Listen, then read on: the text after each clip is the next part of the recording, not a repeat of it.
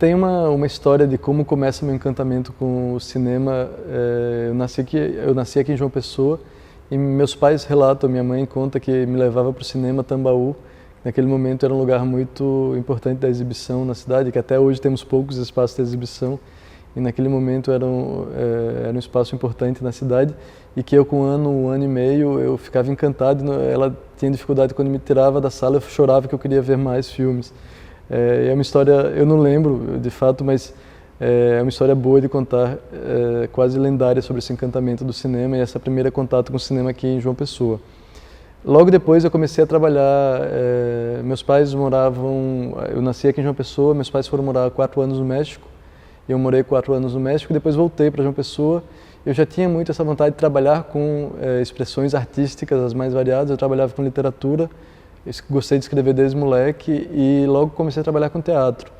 Logo depois eu vi que era possível, com a experiência do teatro, que era possível fazer, e aí meus pais me deram uma câmera de vídeo e foram as primeiras experiências videográficas, foram muito importantes para a formação desse olhar local. Mas aí falando do cinema paraibano, foi dentro dessa minha fase de formação, teve dois processos muito importantes, que foi o convite feito por Marcos Vilar para trabalhar. Eu tinha na época, acredito que 17, 18 anos, ele me convidou para trabalhar como assistente, fazer claquete na Árvore da Miséria, que é um filme muito importante no marco da cinematografia local, que, se não me engano, tem uma interrupção de muitos anos de produção em película, de ficção em película no estado, e que é um pouco a retomada, coetâneo da retomada do cinema brasileiro, que começa em 94, 95. Então, em 97, eu participei da produção da Árvore da Miséria e foi uma primeira experiência de ver um set de filmagem cinematográfica em película, e foi encantador e foi uma decisão que eu queria redirecionar minha produção artística para a produção audiovisual, para a produção cinematográfica. E também nesse mesmo processo de filmagem da Árvore da Miséria, Torquato Joel filmou O Verme na Alma, que foi um experimento também feito em 35mm, que era utilizando a mesma equipe, essa mesma esforço de produção da Árvore da Miséria, e eu fiz assistência e direção desse filme, que foram minhas primeiras 2 experiências de set cinematográfico, de preparação e de filmagem. E eu fiquei encantado e decidi que eu queria traçar essa trajetória e a partir daí que eu decidi me tornar um realizador cinematográfico paraibano, ou mais habitante da Paraíba.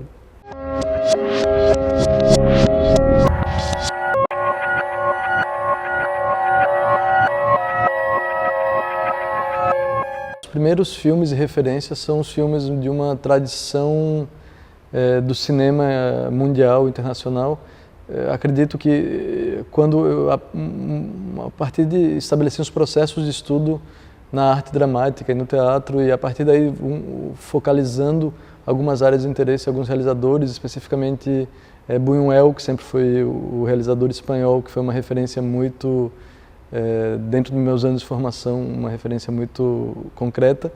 E também dentro da mesma linha, quer dizer, em outra linha, mas dentro da linha dessas cinematografias modernas, as experiências da Nouvelle Vague de Godard, mesmo antes da experiência do cinema novo e de como o cinema paraibano, eu comecei a procurar e pesquisar mais sobre o cinema paraibano um pouco depois dessa primeira fase de encantamento e de iniciação com o cinema mundial. E a partir de então que tive o contato com o clássico Aruanda e tive a oportunidade de assistir, de ser aluno de Linduarte Noronha, quando ele ainda ministrou algumas disciplinas aqui do curso de Comunicação Social.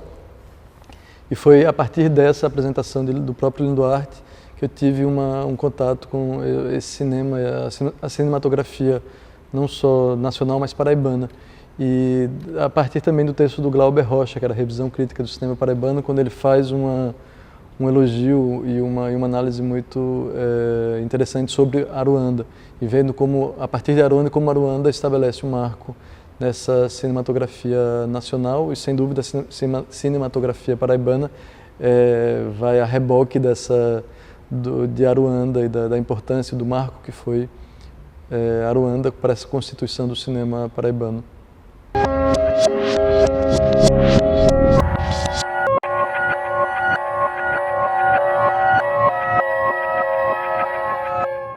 depois dessa experiência inicial de estar no set de cinematográfico, ainda no momento em que o digital ele estava ainda se pronunciando, mas ainda não era tão efetivo como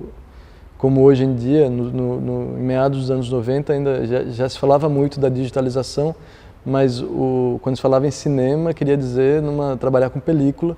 e isso foi a primeira experiência que eu tive, a primeira oportunidade de escrever, dirigir e produzir para cinema ficcional, que foi o meu primeiro filme, que chama Funesto, Farsa Irreparável em Três Tempos, que é um média-metragem filmado em 1998 e lançado em 1999, e que foi todo filmado em 35mm, e foi uma primeira experiência, e não só minha, acho que era uma formação de uma equipe próxima de amigos e de pessoas próximas, que foi uma primeira experiência de trabalhar com a realização ficcional em película, trabalhando basicamente nas funções de cabeça de equipe, digamos assim. Foi uma experiência, as principais funções eram de pessoas que moravam ou moraram aqui em João Pessoa, pessoas próximas, amigas que trabalhavam, e em muitos casos a primeira experiência numa função de direção de equipe, nas diferentes funções. A não ser só no caso da direção de fotografia, que era a Jane Malaquias, que é uma cearense que morava na França à época, que ela tinha feito já a fotografia dos filmes de Torquato e Marcos um ano antes, e Márcio Câmara, que era o técnico de som, que também é cearense, mas que eram as pessoas convidadas de fora, que eram os cabeças de equipe, mas todo o resto eram formados por uma geração próxima minha e de amigos, e era em muitos casos a primeira experiência como diretores de funções de uma equipe cinematográfica. Jane Malaquias, inclusive, comenta que esse processo de Funesto valeu como uma universidade de cinema para essa equipe local que trabalhou nela, e acho que foi um dos aspectos muito importantes na realização de Funesto. E inclusive está impresso na tela, assim, uma das coisas que eu gosto de ver no filme, revendo tantos anos depois, é que esse frescor, ao mesmo tempo essa inexperiência, ela está latente na tela. Por um lado é uma falta de experiência, por outro lado é um desejo muito latente por fazer, pela realização cinematográfica. E eu acho que foi um momento muito importante ainda de experimentar essa transição do analógico para o digital, que cada vez está mais difícil hoje em dia quando você fala na produção cinematográfica. É muito difícil você falar em cinema sem passar pelo digital em alguma das fases. Naquele momento ainda nós fizemos toda a filmagem, a revelação, e até que foi telecinado, e fizemos uma primeira edição em vídeo, e aí foi uma primeira experiência de digitalização de edição não linear. A gente passou da película para o suporte digital, para depois retornar e cortar o negativo da película. Então já naquele momento já era um processo de transição e dessa transposição do analógico para o digital, mas foi muito importante poder ter essa experiência de trabalhar com a película, com a materialidade do suporte, que foi uma coisa muito importante até para a formação mesmo. Nem teve intermediação de negativo naquela época. Você fazia a edição com os telecines, e aí fizemos uma edição não linear, e fazia uma lista de corte que mandava para o laboratório e fazia a montagem de negativo ainda. Então foi tanto Funesto como a Sintomática Narrativa de Constantino, que é a minha segunda produção ficcional em 35mm em película, os dois foram feitos, captados e finalizados em material sensível de película analógica. Mas e no caso de Funesto a gente nem usou a moviola. Já Constantino a gente usou a moviola ainda, que era de você montar, mesmo tendo um telecine, que seria uma cópia em vídeo do material da película, uma cópia de trabalho, nós tivemos que fazer conformação do copião numa moviola, que também foi uma experiência muito interessante, que é cada vez menos usual. Hoje em dia é pouco comum, inclusive, porque o digital facilitou e barateou muito os procedimentos, que antes era tudo analógico. Imagina que eram metros e metros e metros de película, no caso negativo, no caso positivo, era a primeira cópia, o copião, que você tinha que cortar e colar, remendar com fitas adesivas e por aí vai. Mas tinha todo o encanto, era uma dificuldade, era um trabalho quase artesanal, mas também tinha um trabalho de reflexão que aquele tempo era tudo muito mais demorado também, o computador adianta os processos e os torna, os precipita de alguma maneira, e era quase que aquele tempo artesanal te fazia o filme respirar, você era obrigado a deixar o filme respirar ou fermentar de alguma maneira. Mas o grande ponto eu acho que é como não perder esse tempo de reflexão agora nos procedimentos digitais. E acho que é uma premissa interessante para não ser sugado pelo buraco negro digital, é transformá-lo numa grande ferramenta para manter a reflexão na composição, na criação de sons e imagens.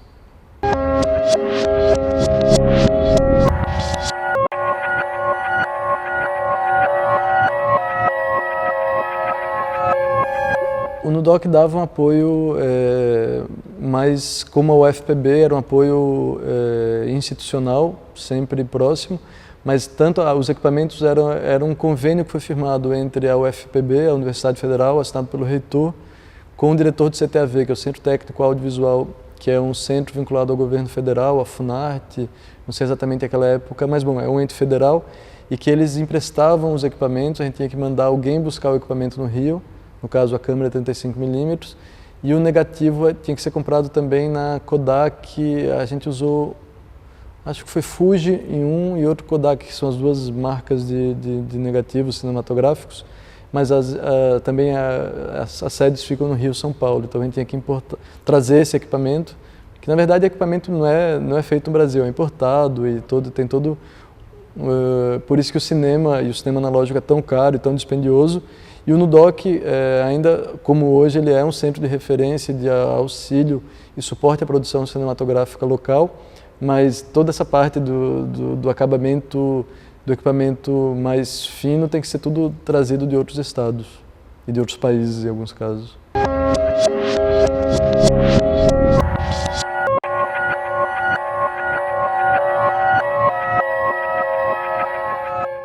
Eu acredito que o cinema passa por um momento de uma mudança de paradigma, se pode dizer assim, e que tem a ver com o processo da digitalização, sem dúvida passa pelo sistema digital. Eu acredito que também não é uma coisa tão nova. A partir do final da década de 70, você já tem essa relação quando se fala de um cinema eletrônico antes de um cinema digital, você já tem essa mudança, essa transfiguração, essa transmutação dos suportes. Da produção cinematográfica e do audiovisual. Acredito que até a própria ontologia da imagem, que é dentro dos estudos do cinema, você pensa que seria, ou seja, o que faz surgir simbolicamente a imagem enquanto processo icônico ou de símbolo, ele passa por um questionamento, essa mudança de paradigmas que eu estou chamando, que passa por essa questão do surgimento de uma imagem híbrida entre uma imagem de síntese, hibridizada, que pode inclusive ser totalmente irreal. Você pode ter uma construção que não passa mais pelo real, que é processado através de diferentes mídias e depois reconfigurado. Você pode ter uma criação de uma imagem de síntese, ou seja, uma imagem totalmente sintética, e que isso fala muito próximo do cinema digital. Tenho até uma experiência que eu tive de fazer estudos de animação gráfica e que de fazer alguma experimentação com essa imagem de síntese, ou seja, uma imagem que não passa por atores e por esse aspecto da realidade, ela é toda processada numa criação em desenhos manuais, ou seja, você tem o corpo trabalhando com a mão que desenha, mas é todo esse trabalho de síntese, depois que já era um desenho, é uma animação que chama Lelê, que eu fiz a produção e a direção junto com o Chico, que é um artista paraibano de muito respeito e um grande amigo, muito conhecido cada vez mais, ele desenhava manualmente mais de 3 mil desenhos, que depois eram digitalizados e transformados numa animação gráfica. Isso foi um processo muito importante e interessante de ver essa relação da imagem e dos processos analógicos e sua digitalização e esse trabalho da imagem de síntese, e que eu acredito que o cinema digital ele está muito nesse momento, nessa nessa encruzilhada, nem diria, mas esse ponto de encontro em que a própria ideia da função e da natureza da imagem, ela passa por um questionamento. Antes era muito claro, se era uma imagem, você tinha quase que automaticamente uma referência com a realidade. Acho que hoje em dia isso está um pouco modificado e passa pelo digital, que essas possibilidades que o cinema digital tem na sua composição e no seu processamento na pós-produção, que acho que criam novas relações da natureza mesmo fílmica, da imagem, dos processos audiovisuais.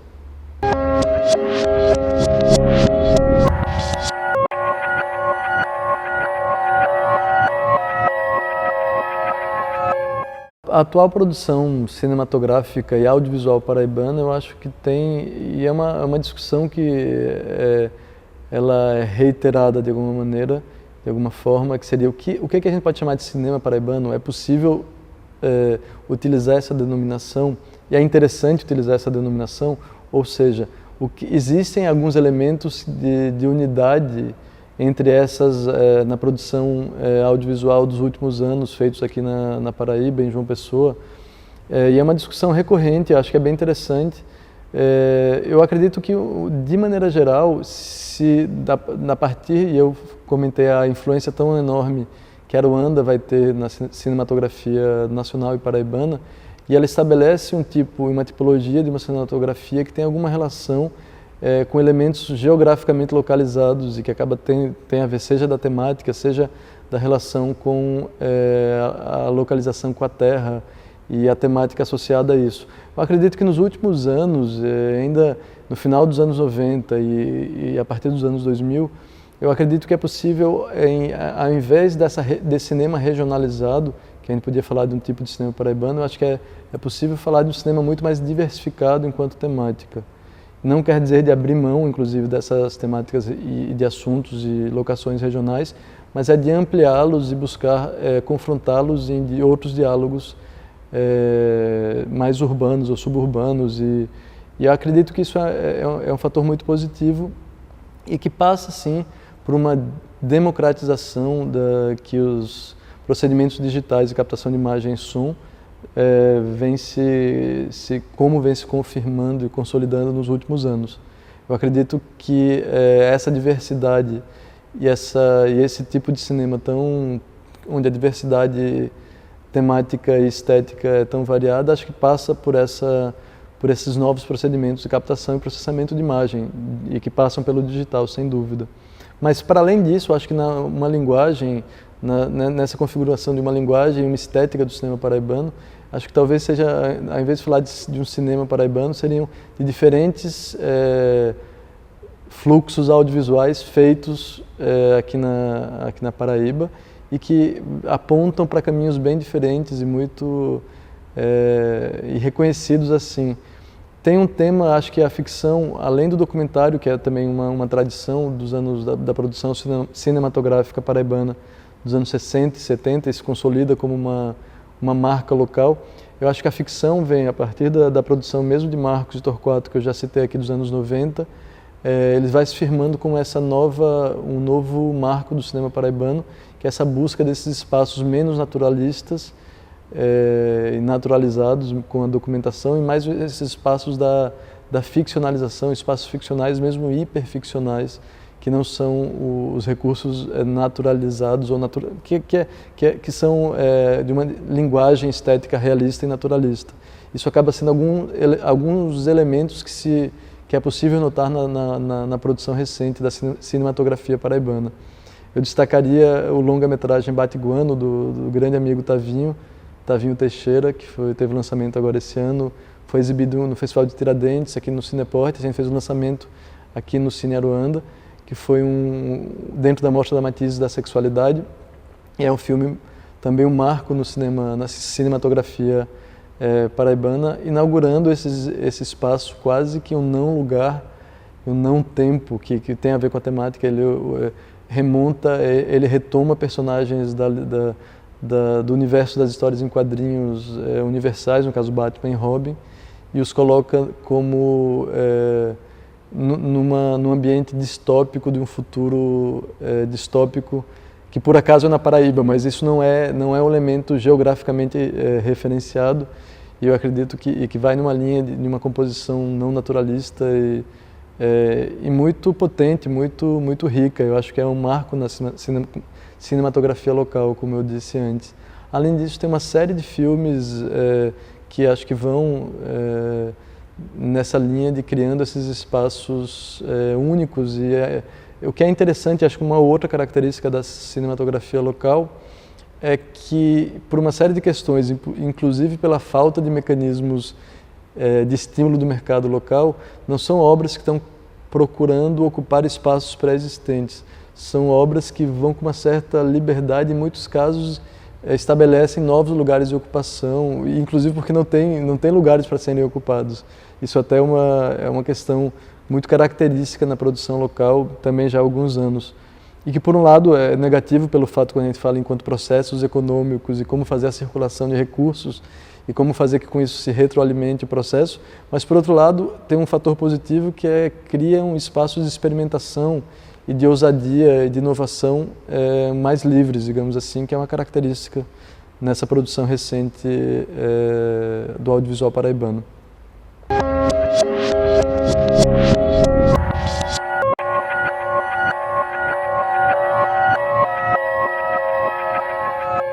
Eu acredito que já tem há alguns anos a ABD, que é a Associação Brasileira de Documentaristas e Curta-Metragistas, e na seção Paraíba, que é uma associação que está distribuindo em todo o Brasil, e aqui na Paraíba ela surgiu no Festival de Areia, em 1979, e depois em 81 ela foi estabelecida enquanto associação. Eu acredito que desde o final dos anos 70, acaba sendo esse ponto de convergência entre os interesses dos realizadores, das realizadoras do audiovisual independente aqui no estado da Paraíba e em João Pessoa. Já há alguns anos, já há mais de 10 anos, que tem uma nova geração de realizadores locais que ficaram à frente da Associação Brasileira de Documentaristas e Curta-Metragistas, Seção Paraíba, e desde então, em parceria com uma série de ações do governo federal, especialmente, mas também dos governos estadual e municipal, estamos articulando algumas atividades, seja na parte de formação e capacitação, na parte de auxílio à produção, como na parte da difusão e de fazer conhecidas as produções locais e também trazer produções que normalmente não chegam nos circuitos mais comerciais, digamos assim. E acho que a ABD faz parte também do Núcleo de Produção Digital, o NPD Paraíba, que é um projeto em parceria com a Universidade Federal da Paraíba, que desde 2006 vem realizando uma série de atividades de capacitação e também auxílio à produção independente. E dentro desse marco surge, por exemplo, as experiências de uma cooperativa como Filmes a Granel, que eram realizadores e realizadoras locais que fazem um modelo cooperado de financiar e de fazer microfinanciamentos para as produções de curta-metragem local, que acaba sendo uma referência para os modelos do financiamento audiovisual alternativos no Brasil inteiro. E sempre que a gente fala sobre a experiência do Filmes a Granel, que acabou em mais de... E que o Filmes a Granel acho que acaba sendo um reflexo dessas articulações feitas anteriormente pela ABD Paraíba, pelo NPD,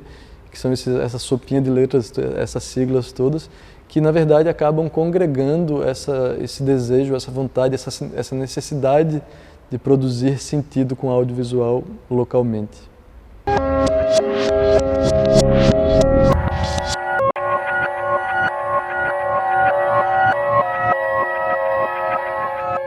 Eu acredito que é uma problemática que localmente ela se faz ver, que é o problema que chegamos a ter até pela facilitação do digital e do audiovisual digital, temos uma facilitação na produção, mas temos uma grande dificuldade na sua distribuição e fazer com que essas produções locais sejam conhecidas em diferentes escalas, seja local, como regional, como nacional e internacional. Isso é um problema que na Paraíba é um dos grandes problemas e que não é diferente, é um dos grandes problemas no Brasil inteiro. mesmo com as produções, não só com as produções baratas e feitas nesse modelo alternativo, como eu falei, exemplo, filmes a granel, mas mesmo nas produções de milionárias e com as leis e os mecanismos de financiamento do governo federal, estadual, municipal, sempre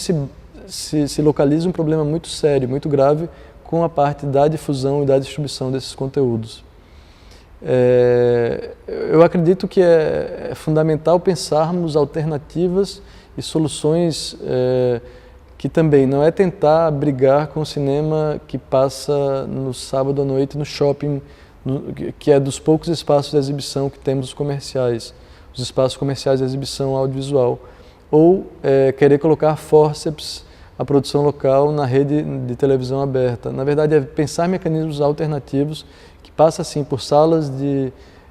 qualificadas de exibição, como é esse nosso Cine Aruanda, que passa por fazer uma ocupação e proposta de ocupação da TV UFPB, que é um espaço de excelência e tem que ser ocupado para essa produção, e utilizar a rede mundial de computadores, que eu acho que é quase ingênuo a gente falar em como suprir esse problema da falta de mecanismos de exibição, não levando em conta a internet hoje em dia, ainda mais quando a gente fala em processos do audiovisual digital e mesmo do cinema digital. Nesse sentido, temos uma série de projetos em desenvolvimento que tem a ver com fazer redes de distribuição, seja uma rede de cinemas, ou seja, de colocar esse mesmo cinema, o Cine Aruanda,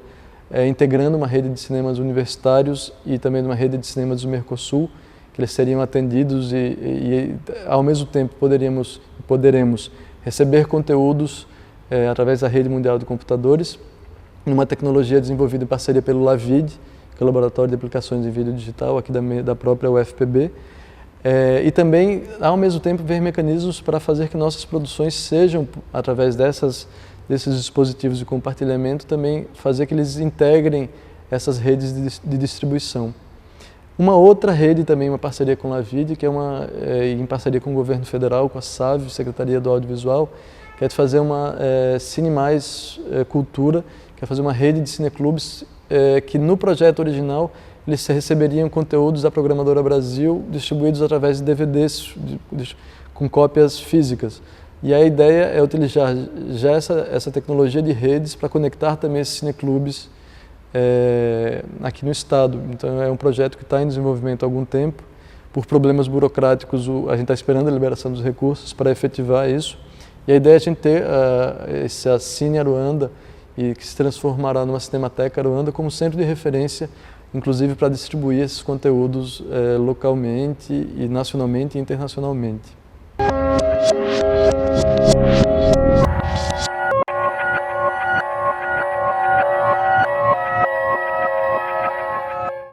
Tem a relação que a UFPB estabelece como facilitador e um auxílio, mesmo um apoio à produção independente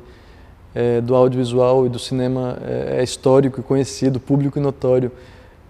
desde meados dos anos 60 e antes, enfim. O que com o início do curso de cinema há 3 anos, aqui como uma graduação, acho que vem suprir e de alguma maneira fazer um ponto de convergência entre essas diferentes ações que a UFPB tradicionalmente tem de apoio à produção e à difusão do audiovisual aqui na Paraíba. E eu acho que é um ponto muito importante, que é um ponto de a gente trabalhar agora com essa otimização e essa especialização e essa, digamos, qualificar essas diferentes ações que acontecem há tanto tempo de maneira de suma importância. Eu acho que é o momento de a gente potencializar isso, potenciar para tirar o melhor proveito. Então, acho que é uma perspectiva muito importante que o curso de cinema, a graduação em cinema e audiovisual, aqui no marco do Campus 1 da UFPB, vem quase que responder uma demanda reprimida de décadas. Eu acho que é um momento muito importante para concretizarmos essas ações que já estavam sonhadas e desejadas há tanto tempo. Meu nome é Carlos Dowling e esse é o meu olhar sobre o cinema paraibano.